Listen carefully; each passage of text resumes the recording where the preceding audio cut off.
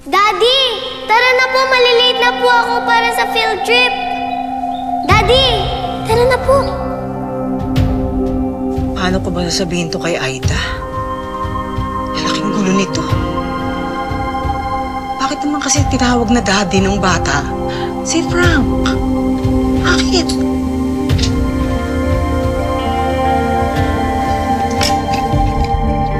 Hi, ate! Yes, daddy.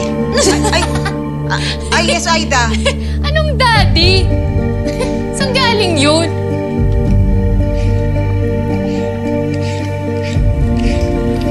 Te, kiss. Tubig, te. Ah. Umalis kayo ni Frank, di ba?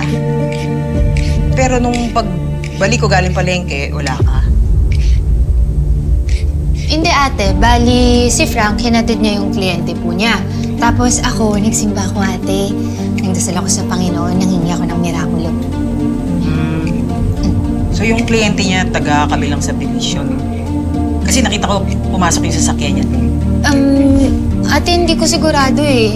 Actually, hindi ko alam. Nakita lang kami, saglit lang, parang mga after lunch na. So, ang sinasabi sa'yo ni Frank, yung trabaho niya, yun yung ginagawa niya doon sa pinupuntahan niya. Opo. Ah.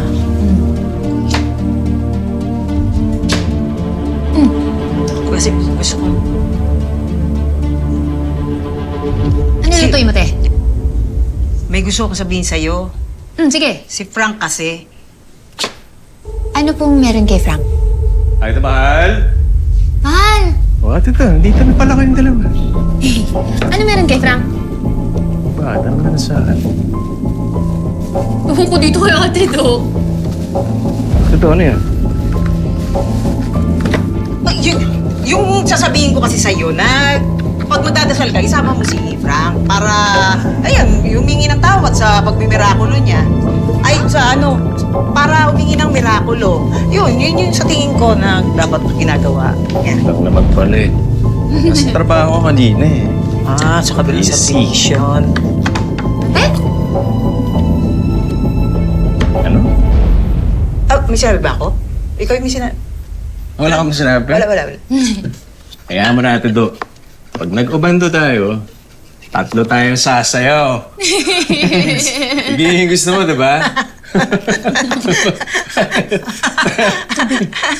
Alam mo, ay dahil yung asawa ko, bantayan mo ah.